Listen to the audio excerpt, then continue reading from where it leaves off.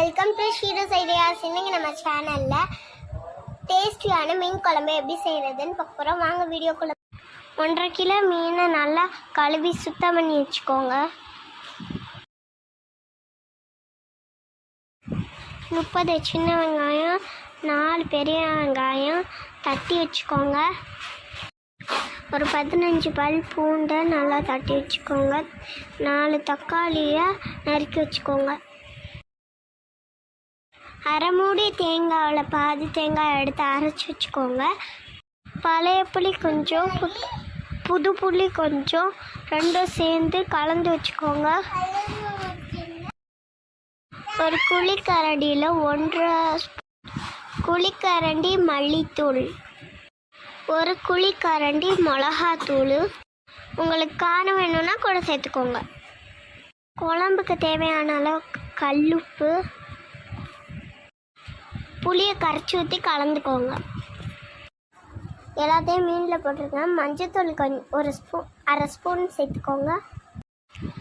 புளிப்பு, உப்பு, காரம் எல்லாம் மீனோட சேர்ந்துடும். அதுக்காக தான் இப்படி கரைக்கிறோம். கடாயில் எண்ணெய் காய்ஞ்சதும் சோம்பு, சீரகம், வெந்தயம் போட்டு தாளித்து தட்டி வச்சுருக்க வெங்காயம் பூண்டையும் சேர்த்து நல்லா மிக்ஸ் பண்ணிக்கோங்க. எண்ணெயிலேயே நல்லா வதக்கணும். மீனோட கரைச்சி வச்ச புளி தண்ணியை தனியாக எடுத்து வச்சுக்கோங்க. மீனை தனியாக எடுத்து வச்சுக்கோங்க. இப்போ வெங்காயம் நல்லா வதங்கிடுச்சு. இப்போ தக்காளி போட்டு நல்லா வதக்கிக்கோங்க.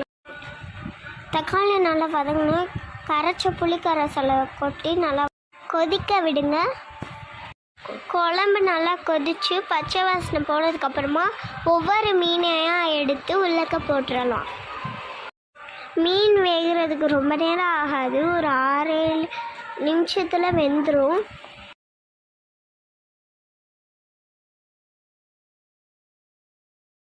அடிக்கடி கரண்டி போட்டு கிண்டிடாதீங்க, மீன் உடைஞ்சிடும்.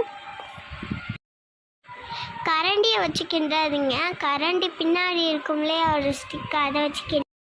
இப்போ அரைச்சி வச்சுருக்க தேங்காயை சேர்த்து ஒரு கொதி வந்தோட்டு இறக்கி வச்சுருங்க. அவ்வளோதான், நம்மளுடைய மீன் குழம்பு ரெடி. இந்த வீடியோ பிடிச்சிருந்தால் லைக் பண்ணுங்கள், ஷேர் பண்ணுங்கள், மறக்காமல் கமெண்ட் பண்ணுங்கள். தேங்க்ஸ் ஃபார் வாட்சிங். சப்ஸ்கிரைப் பண்ணிடுங்க ஃப்ரெண்ட்ஸ்.